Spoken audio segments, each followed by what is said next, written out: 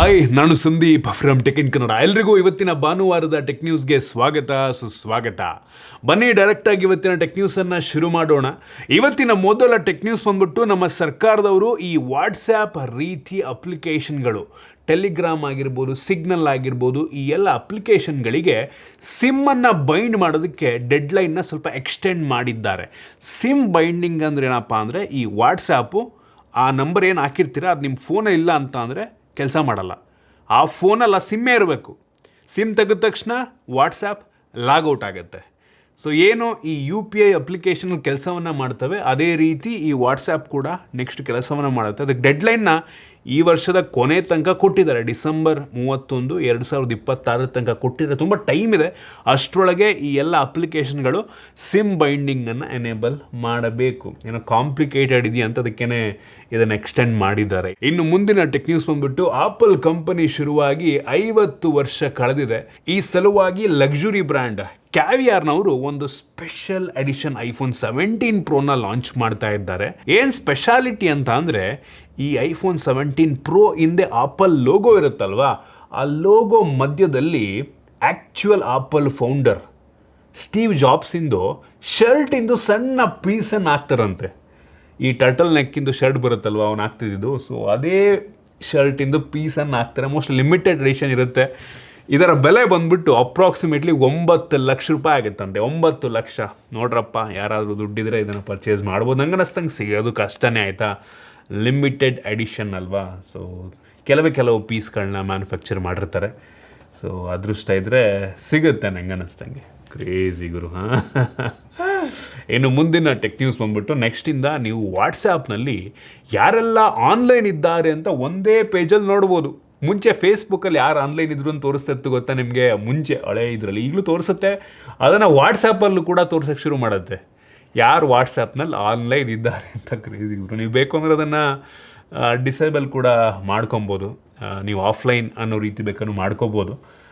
But still mostly use ಆಗುತ್ತೇನಪ್ಪ. ರಾತ್ರಿ 1 ಗಂಟೆ 2 ಗಂಟೆಗೆಲ್ಲ ಯಾರು ಆನ್ಲೈನ್ ಇರ್ತಾರೆ ಅಂತ ಬಿಟ್ಟು ನೋಡ್ಬೋದು. ಇನ್ನು ಮುಂದಿನ ಟೆಕ್ ನ್ಯೂಸ್ ಬಂದ್ಬಿಟ್ಟು, ನೇವಿನ ಮೇಲೆ ಗೂಗಲ್ ಅಕೌಂಟ್, ಜಿಮೇಲ್ ಅಕೌಂಟ್ ಏನಿರುತ್ತೆ, ಆ ಜಿಮೇಲ್ ಅಕೌಂಟ್ ಐಡಿಯನ್ನೇ ಚೇಂಜ್ ಮಾಡ್ಬೋದು. ಇಲ್ಲಿವರೆಗೆ ಅದನ್ನು ಚೇಂಜ್ ಮಾಡುವಂಥ ಆಪ್ಷನ್ ಕೊಟ್ಟಿರಲಿಲ್ಲ. ನೆಕ್ಸ್ಟಿಂದ ಆ ಒಂದು ಯೂಸರ್ ಐಡಿಯನ್ನೇ ಚೇಂಜ್ ಮಾಡಿ ಬಿಸಾಕ್ಬೋದು. ತುಂಬ ಯೂಸ್ ಆಗುವಂಥ ಫೀಚರ್ ನಂಗೆ ಅನ್ನಿಸ್ತಂಗೆ. ಏನಕ್ಕೆ ಅಂದರೆ, ನಾವೆಲ್ಲ 15-20 ವರ್ಷ ಮುಂಚೆ ಇಮೇಲ್ ಐಡಿಯನ್ನು ಮಾಡಿರ್ತೀವಿ. ಆ ಟೈಮಲ್ಲಿ ಏನೋ ರ್ಯಾಂಡಮ್ ಕೊಟ್ಟಿರ್ತೀವಿ. ಈಗ ಬೇಕು ಅಂದರೆ ನಮ್ಗೆ ಇಷ್ಟ ಒಂದಾಗ ನಾವು ಚೇಂಜ್ ಮಾಡ್ಕೊಬೋದು. ಒಳ್ಳೆಯದು. ನೋಡಿ, ನೀವು ಯಾರಾದರೂ ಚೇಂಜ್ ಮಾಡಬೇಕು ಅಂತ ಅಂದ್ಕೊಂಡಿದ್ದವರು ಚೇಂಜ್ ಮಾಡ್ಕೊಬೋದು. ಇನ್ನು ಮುಂದಿನ ಟೆಕ್ ನ್ಯೂಸ್ ಬಂದ್ಬಿಟ್ಟು, ರೀಸೆಂಟಾಗಿ ಬಂದಿರುವಂಥ ಸರ್ವೆ ರಿಪೋರ್ಟ್ನ ಪ್ರಕಾರ ಈ 2025ನೇ ಇಸ್ವಿಯಲ್ಲಿ ನಮ್ಮ ದೇಶದಲ್ಲಿ ಇನ್ ಆನ್ ಆವ್ರೇಜ್ ಜನಗಳು 31.1 GB ಡೇಟಾವನ್ನು ಪ್ರತಿ ತಿಂಗಳು ಯೂಸ್ ಮಾಡಿದ್ದಾರೆ. 31.1 GB. ಅದರ ಸ್ಟ್ಯಾಟಿಸ್ಟಿಕ್ಸ್ ನೋಡಿದ್ರೆ 2021ರಲ್ಲಿ ಬರೀ 17 GB ಯೂಸ್ ಮಾಡ್ತಾ ಇದ್ವು. 22ರಲ್ಲಿ 19.5 GB ಆಯಿತು. ವರ್ಷದಿಂದ ವರ್ಷಕ್ಕೆ ಈ ಡಾಟಾ ಯೂಸೇಜ್ ಜಾಸ್ತಿ ಆಗ್ತಾ ಇದೆ. 23ರಲ್ಲಿ 24 GB, 24ರಲ್ಲಿ 27.5 GB. ಈ ವರ್ಷ ಅಂದರೆ ಕಳೆದ ವರ್ಷ 31.1. ಮೋಸ್ಟ್ಲಿ ಈ ವರ್ಷ ಇನ್ನೂ ಜಾಸ್ತಿ ಆದರೂ ಆಗ್ಬೋದು. ಆಬ್ವಿಯಸ್ಲಿ ವರ್ಷದಿಂದ ವರ್ಷಕ್ಕೆ ಈ ಇಮೇಜ್ನ ಕ್ವಾಲಿಟಿ, ವಿಡಿಯೋ ಕ್ವಾಲಿಟಿ ಇಂಪ್ರೂವ್ ಆಗುತ್ತೆ, ಡಾಟಾ ಕನ್ಸಂಪ್ಷನ್ ಜಾಸ್ತಿ ಆಗುತ್ತೆ. ಏನು ಮಾಡೋದಕ್ಕಾಗ. ತಿಂಗಳಿಗೆ 31 GB. ಒಂದು ಟೈಮಲ್ಲಿ ಒಂದು ತಿಂಗಳಿಗೆ 1 GB ಮ್ಯಾನೇಜ್ ಮಾಡ್ತಾಯಿದ್ವು ಏರ್ಟೆಲ್ ಇದ್ದಾಗ. ಅದು 250-300 ರೂಪಾಯಿ ಕೊಟ್ಬಿಟ್ಟು 1 GB ತಗೋಬೇಕಾಗಿತ್ತು. ಆ ಟೈಮಲ್ಲಿ ಅದು ಹೆಂಗೆ ಮ್ಯಾನೇಜ್ ಆಗ್ತಾಯಿತ್ತೋ ಗೊತ್ತಿಲ್ಲ ಗುರು. ಆ ಟೈಮಲ್ಲಿ ನಾವು ಎಲ್ಲಿ ಇನ್ಸ್ಟಾಗ್ರಾಮ್ ಇತ್ತು, ಬರೀ ಫೋಟೋಸು, ಯೂಟ್ಯೂಬ್ ಯಾರೂ ನೋಡ್ತಾ ಇರಲಿಲ್ಲ. ಮತ್ತು ಅಷ್ಟೊಂದು ಸ್ಪೀಡು ಇರ್ತಿರ್ಲಿಲ್ವಲ್ಲ 2Gನಲ್ಲಿ. ಕ್ರೇಜಿ ಗುರು. ಇನ್ನು ಮುಂದಿನ ಟೆಕ್ ನ್ಯೂಸ್ ಬಂದ್ಬಿಟ್ಟು, ನಿಮ್ಮೆಲ್ಲರಿಗೂ ಗೊತ್ತಿರೋ ಹಾಗೆ ನಮ್ಮ ಗೌರ್ನಮೆಂಟ್ನವರು ಈ ಚೈನೀಸ್ ಮೇಡ್ CCTVಗಳನ್ನು ಬ್ಯಾನ್ ಮಾಡಿದ್ದಾರೆ. ಅಂದರೆ ಬ್ಯಾನ್ ಅಂತ ಅಂದರೆ ಕಳೆದ ಟೆಕ್ ನ್ಯೂಸಲ್ಲೂ ಕೂಡ ಹೇಳಿದ್ದೆ. ಅಂದರೆ ಅದನ್ನು ಅಪ್ರೂವ್ ಮಾಡದೆ ಈ ಕಂಪ್ನಿಗಳು ಸೇಲ್ ಮಾಡೋಂಗಿಲ್ಲ. ಅದು ಚೈನೀಸ್ದೇ ಆಗಿರ್ಬೋದು. ಗೌರ್ಮೆಂಟ್ನವ್ರು ಅಪ್ರೂವ್ ಕೊಟ್ಟರೆ ಯಾರು ಬೇಕಾದ್ರೂ ಸೇಲ್ ಮಾಡ್ಬೋದು, ಆಯಿತಾ. ಅವ್ರು ಟೆಸ್ಟ್ ಮಾಡ್ತಾರೆ. ಅವ್ರು ಲ್ಯಾಬಲ್ಲಿ ಟೆಸ್ಟ್ ಮಾಡಿ ಎಲ್ಲ ಸರಿ ಇದೆ, ಈ ಚೈನಾದವ್ರು ಸ್ಪೈ ಮಾಡ್ತಿಲ್ಲ ಅಂದರೆ ಕದ್ದುಬಿಟ್ಟು ಈ ಏನೋ ಎಕ್ಸ್ಟ್ರಾ ಡಿವೈಸ್ ಎಲ್ಲ ಆ್ಯಡ್ ಮಾಡಿ ಡಾಟಾವನ್ನು ಚೈನಾ ಕಳಿಸ್ತಿಲ್ಲ ಅಂತ ಎಲ್ಲ ಕನ್ಫರ್ಮ್ ಆಗಿ ಅಪ್ರೂವ್ ಕೊಟ್ಟರೆ ಸರ್ಕಾರದವ್ರು ಸೇಲ್ ಮಾಡ್ಬೋದು, ಆಯಿತಾ. ಸೊ ಟೆಸ್ಟಿಂಗಿಂತ ಮುಂಚೆ ಸೇಲ್ ಮಾಡೋಂಗಿಲ್ಲ. ಇದನ್ನು ಬ್ಯಾನ್ ಮಾಡಿದ್ದಾರೆ ಅಷ್ಟೇ, ಇನ್ನೇನಿಲ್ಲ, ಆಯಿತಾ. ಸೊ ಈ ಡೆಲ್ಲಿ ಗೌರ್ನಮೆಂಟ್ನವರು ಕೂಡ ಯಾವುದೋ ಚೈನೀಸ್ ಡಿವೈಸ್ನ ಯೂಸ್ ಮಾಡ್ತಿದ್ರಂತೆ. ಇದೀಗ 1.4 ಲಕ್ಷ CCTVಯನ್ನು ಚೇಂಜ್ ಮಾಡಬೇಕಂತೆ ಡೆಲ್ಲಿಯಲ್ಲಿ. ನಮ್ಮ ದುಡ್ಡೆಲ್ಲ ಎಲ್ಲಿ ಹೋಗ್ತಾ ಇದೆ, ಇಲ್ಲೇ ಹೋಗ್ತಾ ಇರೋದು. ಒಂದು ಸಲ ಹಾಕಿಸ್ತಾರೆ, ಆಮೇಲೆ ಈ ಥರ ಚೇಂಜ್ ಮಾಡಬೇಕು ಅಂತಾರೆ. ಹಿಂಗಾದರೆ ಕತೆ ಮುಗೀತು. ಇನ್ನು ಮುಂದಿನ ಟೆಕ್ ನ್ಯೂಸ್ ಬಂದ್ಬಿಟ್ಟು, ನಂಗೆ ಗೊತ್ತು ನೀವೆಲ್ಲರೂ ಕೂಡ ರಾಮಾಯಣದ್ದು ಮೂವಿದು ರಾಮಂದು ಟೀಸರ್ ನೋಡಿದ್ರಿ ಅಂತ ಅನ್ಕೋತೀನಿ. ಚೆನ್ನಾಗಿದೆ. ಕೆಲವು ಜನಕ್ಕೆ ಅದು ಏನು CG ಹಿಂಗಿದೆ ಅಂತ ಅನ್ನಿಸ್ಬೋದು. ನನಗೆ ಪರ್ಸ್ನಲಿ ಹಾಲಿವುಡ್ ಲೆವೆಲ್ಗಿದೆ ಅಂತ ಅನ್ನಿಸ್ತು, ಆಯಿತಾ. ಸೊ ಹೌದು, ಕೆಲವೊಂದು ಕಡೆ ಅಲ್ಲಿ ಇಲ್ಲಿ ಮಿಸ್ಟೇಕ್ಸ್ಗಳಿದ್ದಾವೆ, ಬಟ್ ಕ್ವಾಲಿಟಿ ಚೆನ್ನಾಗಿದೆ ಅಂತ ಅನ್ನಿಸ್ತು. ಸೊ ರಾವಣನ ಯಶ್ ಅವ್ರನ್ನ ಇನ್ನೂ ರಿವೀಲ್ ಮಾಡಿಲ್ಲ. ಸೊ ಏನೋ ರಿಪೋರ್ಟ್ ನೋಡ್ತಾ ಇದ್ದೆ, ಈ ರಾಮಾಯಣ ಮೂವಿಗೆ OTT ರೈಟ್ಸಿಗೆ ಏನೋ 700 ಕೋಟಿ ಕೇಳಿದ್ರಂತೆ, ರಿಜೆಕ್ಟ್ ಮಾಡಿದ್ರಂತೆ ಅವ್ರು. 700 ಕೋಟಿ. ಸೊ ಎರಡು ಮೂವಿನೂ ಸೇರಿ 1000 ಕೋಟಿ ಏನೋ ಕೇಳ್ತಾ ಇದ್ದಾರಂತೆ. ಒಳ್ಳೆಯದು, 1000 ಕೋಟಿ. ಕ್ರೇಜಿ ಗುರು. ಆಲ್ಮೋಸ್ಟ್ ಅರ್ಧಕ್ಕರ್ಧ ಬಡ್ಜೆಟ್ ಇಲ್ಲ ರಿಕವರ್ ಆಗಿಬಿಡುತ್ತೇನಪ್ಪ. ಈ ಮೂವಿ ಬಡ್ಜೆಟ್ ಮೋಸ್ಟ್ಲಿ 2000 ಕೋಟಿ ಇರ್ಬೇಕು ನಂಗೆ ಅನ್ನಿಸ್ದಂಗೆ. ಅದೆಲ್ಲಿ 2000 ಕೋಟಿ ದುಡ್ಡು ಹೋಗ್ತಾ ಇದೆ ಅಂತ ದೇವರೇ ಗೊತ್ತಿಲ್ಲ ನನಗೆ. ಮೋಸ್ಟ್ಲಿ CGIಗೆ ಹೋಗಿರುತ್ತೆ. ಅದರಲ್ಲ 100-150 ಕೋಟಿ ಯಶ್ ಅವ್ರಿಗೆ ಕೊಟ್ಟಿರ್ತಾರೆ.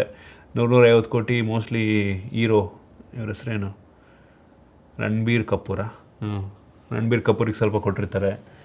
ಸೊ ಏನೋಪ್ಪ, ಮೂವಿ ಚೆನ್ನಾಗಿ ಬಂದರೆ ಸಾಕು. ಗ್ಲೋಬಲ್ಲಾಗಿ ಬೇರೆ ರಿಲೀಸ್ ಮಾಡ್ತಿರೋದು, ಹಾಲಿವುಡ್ ಲೆವೆಲಿಗೆ ರಿಲೀಸ್ ಮಾಡ್ತಾವ್ರೆ. ಚೆನ್ನಾಗಿದ್ರೆ ಸಾಕಪ್ಪ, ಚೆನ್ನಾಗಿ ಮಾಡಿದರೆ. ಇನ್ನು ಮುಂದಿನ ಟೆಕ್ ನ್ಯೂಸ್ ಬಂದ್ಬಿಟ್ಟು, ಈ ಕಳೆದ ತಿಂಗಳ ಮಾರ್ಚ್ 2026 ಎಲೆಕ್ಟ್ರಿಕ್ ಕಾರಿಂದು ಸೇಲ್ಸ್ ಡಾಟಾ ಹೊರಗಡೆ ಬಂದಿದೆ. ಹೈಯೆಸ್ಟ್ ಎಲೆಕ್ಟ್ರಿಕ್ ಕಾರ್ನ ಸೇಲ್ ಮಾಡಿರೋದು ಮತ್ತೊಮ್ಮೆ ಟಾಟಾದವರು. ಏನು ಗುರು ಇಷ್ಟೊಂದು ಕಾರ್ ಸೇಲ್ ಮಾಡ್ತಾರೆ ಟಾಟಾದು. ನೀವು ಯಾರಾದರೂ ಟಾಟಾದ ಎಲೆಕ್ಟ್ರಿಕ್ ಕಾರ್ ಯೂಸ್ ಮಾಡ್ತಾಯಿದ್ರೆ ಹೆಂಗಿದೆ, ಚೆನ್ನಾಗಿದೆಯಾ, ತಗೋಬೋದಾ, ಕಾಮೆಂಟ್ ಮಾಡಿ ಆಯಿತಾ. ಸೊ ನಾನು ಟ್ರೈ ಮಾಡಿದ್ದೀನಿ, ಟಿಯಾಗೋ ಎಲ್ಲ ಟ್ರೈ ಮಾಡಿದ್ದೀನಿ ಕೆಲವೊಂದು. ಬಟ್ ನೀವು ಯೂಸ್ ಮಾಡ್ತಿದ್ರೆ ಹೈಯರ್ ಎಂಡು ಅವೆಲ್ಲದು ಚೆನ್ನಾಗಿದ್ದಾವ, ಒಂದು ಸಲ ಕಾಮೆಂಟ್ ಮಾಡಿ ಆಯಿತಾ. ಮಹೇಂದ್ರ ಅದು ಅಷ್ಟೇ, ಮಹೇಂದ್ರ ಚೆನ್ನಾಗಿದೆ. ನಾನು ಸರ್ವಿಸ್ ಇಶ್ಯೂ ತುಂಬ ಕೇಳ್ಪಟ್ಟಿದ್ದೀನಿ ಆಯಿತಾ. ಸೊ ಏನಾದರೂ ಇಶ್ಯೂ ಇದೆ ಮಹೇಂದ್ರ ಎಲೆಕ್ಟ್ರಿಕ್ ಕಾರ್ಗಳಲ್ಲಿ ನೀವು ಯೂಸ್ ಮಾಡಿದರೆ, ಅಲ್ಲೇನಾದ್ರು ವರ್ಕ್ ಮಾಡ್ತಾಯಿದ್ರೆ ಕಾಮೆಂಟ್ ಮಾಡಿ ನೋಡೋಣ. ಅವರು ಕೂಡ ಒಳ್ಳೆ ಸೇಲ್ಸನ್ನು ಮಾಡ್ತಾಯಿದ್ದಾರೆ. ಫಸ್ಟು ಟಾಟಾ, ಆಮೇಲೆ ಮಹೇಂದ್ರ, ಆಮೇಲೆ MG ಅವ್ರು ಬರ್ತಾರೆ ಗುರು. Crazy MG cars. ಆಮೇಲೆ ಮಾರುತಿ ಸುಜುಕಿ ಬರುತ್ತೆ. ಮಾರುತಿ ಸುಜುಕಿ ಎಲೆಕ್ಟ್ರಿಕ್ ಕಾರು ಮೊನ್ನೆ ಒಂದು ಲಾಂಚ್ ಮಾಡೋರು ಅಷ್ಟೇ. ಬಟ್ ಸ್ಟಿಲ್ ಸೇಲ್ಸು ಈಗ ಶುರು ಮಾಡಿದ್ರು ಸೇಲ್ಸು ಒಂದು ಲೆವೆಲಿಗೆ ಚೆನ್ನಾಗಿರೋ ರೀತಿ ಇದೆ ಆಯಿತಾ, ಮೊದಲನೇ ತಿಂಗಳಿಗೇ. ಒಳ್ಳೆಯದು. ಆಮೇಲೆ ಹ್ಯುಂಡೈ ಇಕಿ ಅವೆಲ್ಲ ಬರ್ತವೆ. ಓಕೆ. ಇನ್ನು ಎಲೆಕ್ಟ್ರಿಕ್ 2 ವೀಲರ್ ಸ್ಕೂಟ್ರ್ಗಳದ್ದು ಕೂಡ ಸೇಲ್ಸ್ ಡಾಟಾ ಬಂದಿದೆ. ಸೊ ಈ ತಿಂಗಳು ಓಲಾ ಕತೆ ಏನಾಗಿದೆ ನೋಡೋಣ ಬನ್ನಿ. ಸೊ ಫಸ್ಟು ಆಬ್ವಿಯಸ್ಲಿ TVS, ಆಮೇಲೆ ಬಜಾಜು, ಆಮೇಲೆ ಏತರು, ಆಮೇಲೆ ಹೀರೋ, ಆಮೇಲೆ ನೋಡಿ 5ನೇ ಸ್ಪಾಟಲ್ಲಿ ಓಲಾ ಬಂದಿದೆ. ಓಕೆ, ಓಲಾ ಸೆನ್ಸು ಸ್ಟಿಲ್ ಡೌನೇ ಇದೆ ಕಂಪ್ಯಾರಿಟಿವ್ಲಿ, ಏತರಿಗೆ ಕಂಪೇರ್ ಮಾಡಿಕೊಂಡ್ರೆ. ನೋಡೋಣ ನೆಕ್ಸ್ಟ್ ಏನಾಗುತ್ತೆ. ಸ್ವಲ್ಪ ರಿಕವರ್ ಆದಂಗಿದೆ ಈ ಮಾರ್ಚ್ ತಿಂಗಳಲ್ಲಿ. ಮೋಸ್ಟ್ಲಿ ಇಯರ್ ಎಂಡ್ ಅಂದ್ಬಿಟ್ಟು ಪುಷ್ ಮಾಡಿರ್ಬೇಕು ಚೆನ್ನಾಗಿ ನಂಗೆ ಅನ್ನಿಸ್ದಂಗೆ. ಇನ್ನು ಮುಂದಿನ ಟೆಕ್ ನ್ಯೂಸ್ ಬಂದ್ಬಿಟ್ಟು, ರಿಯಲ್ಮಿನವರು ರಿಯಲ್ಮಿ 16 5G ಅಂತ ಒಂದು ಫೋನಲ್ಲಿ ಲಾಂಚ್ ಮಾಡವ್ರೆ. ಈ ಫೋನಲ್ಲಿ ಡೈಮನ್ಸಿಟಿ 6400 ಪ್ರೊಸೆಸರ್ ಇದೆ ಆಯಿತಾ, 6400 ಪ್ರೊಸೆಸರ್. ಬಟ್ ಲಾಂಚ್ ಮಾಡಿರೋದು 32,000 ರೂಪಾಯಿಗೆ. ತಲೆಗೆಲ್ಲ ಕೆಟ್ಟಿದೆಯಾ ಅವರಿಗೆ? 32,000 ರೂಪಾಯಿಗೆ ಡೈಮನ್ಸಿಟಿ 6400 ಟರ್ಬೋ ಅಂತ ಅಂದರೆ ಯಾವನ್ ಗುರು ತಗೋತಾನೆ? One of the worst phone of the year ಅಂತೀನಿ ನಾನು. ಯಪ್ಪ, ಖರಾಬಾಗಿದೆ. ವಿಡಿಯೋ ಬೇಕಾ ಇದ್ರ ಬಗ್ಗೆ ಕಾಮೆಂಟ್ ಮಾಡಿ. ಅವ್ರು ಕಳಿಸಿಲ್ಲ, ಗೊತ್ತು ಕಳಿಸ್ಬಿಟ್ರೆ ಹೊಗೆ ಹಾಕ್ತಾರೆ ಅಂತ, ಅದಕ್ಕೆ ಕಳಿಸಿಲ್ಲ. ಮೋಸ್ಟ್ಲಿ ತರಿಸ್ಬಿಟ್ಟಾರ ವಿಡಿಯೋ ಮಾಡ್ತೀನಿ, ಕಾಮೆಂಟ್ ಮಾಡಿ. ಇನ್ನು ಮುಂದಿನ ಟೆಕ್ ನ್ಯೂಸ್ ಬಂದ್ಬಿಟ್ಟು, ಸ್ಯಾಮ್ಸಂಗ್ ಅವರು next Samsung Galaxy S26 FE ಸ್ಮಾರ್ಟ್ಫೋನ್ನ ಇನ್ನು ಕೆಲವು ದಿನಗಳಲ್ಲಿ ಲಾಂಚ್ ಮಾಡ್ಬೋದು. ಗೀಕ್ ಬೆಂಚಲ್ಲಿ ಅವ್ರದ್ದು ಸ್ಪೆಕ್ ಎಲ್ಲ ಲೀಕ್ ಆಗಿದೆ. Exynos 2500 ಪ್ರೊಸೆಸರ್ ಇರುತ್ತೆ, 10 ಕೋರ್ ಪ್ರೊಸೆಸರ್ ಇದು. ಸೊ ಓಕೆ, ಸ್ಪೆಸಿಫಿಕೇಷನ್ ಎಲ್ಲ GPU ಎಲ್ಲ ಮಾಮೂಲಿ ನಮಗೆ S ಸೀರೀಸಲ್ಲಿ ಏನು 26 27 ಬರುತ್ತೆ ಅದೇ ರೀತಿ ಇದೆ. ಲುಕ್ಕಲ್ಲಿ ನಂಗೆ ಅನ್ನಿಸ್ದಂಗೆ ಫ್ರಂಟ್ ಬೆಸಲ್ಸ್ ಎಲ್ಲ ಸ್ವಲ್ಪ ತಿನ್ನಾಗಿ ಕೊಟ್ಟರೆ ಈ ವರ್ಷ ಚೆನ್ನಾಗಿರುತ್ತೆ. ದಪ್ಪ ಬೆಸಲ್ ಹಾಕ್ಬಿಟ್ಟು ಲಾಂಚ್ ಮಾಡಿದ್ರೆ ಯಾವನಿಗೂ ತಗೋತಾನೆ. ಏನೋಪ್ಪ, ಈ ಸ್ಯಾಮ್ಸಂಗ್ ಅವರಂತೂ ಪ್ರೈಸ್ ಜಾಸ್ತಿ ಮಾಡಿದ್ರೆ ಹೊರತು ಫೋನ್ ಅಂತೂ ಇಂಪ್ರೂವ್ ಮಾಡ್ತಾಯಿಲ್ಲ. ಇನ್ನು ಮುಂದಿನ ಮತ್ತು ಕೊನೆಯ ಟೆಕ್ ನ್ಯೂಸ್, ಇನ್ಫಿನಿಕ್ಸ್ ಅವರೇನೋ GT50 Pro ಅಂತ ಒಂದು ಫೋನ ಲಾಂಚ್ ಮಾಡ್ಬೋದು. ಅದ್ರದ್ದು ಇಮೇಜ್ ಲೀಕ್ ಆಗಿದೆ, ನೋಡೋಕೆ ಮಾತ್ರ ಸಕ್ಕತ್ತಾಗಿ ಯುನೀಕ್ ಆಗಿದೆ. ಗ್ಲಿಫ್ ಇಂಟರ್ಫೇಸ್ ಎಲ್ಲ ಇರೋ ಥರ ಇದೆ, ಲಿಕ್ವಿಡ್ ಕೂಲಿಂಗ್ ಎಲ್ಲ ಅನ್ನಿಸ್ತಾ ಇದೆ, ಗೊತ್ತಿಲ್ಲ ಆಯಿತಾ.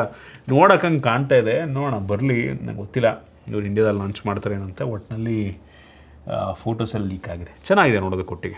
ನೋಡೋಣ, ಒಂದು ಲೆವೆಲಿಗೆ ಪವರ್ಫುಲ್ ಆಗಿರುವಂಥ ಫೋನೇ.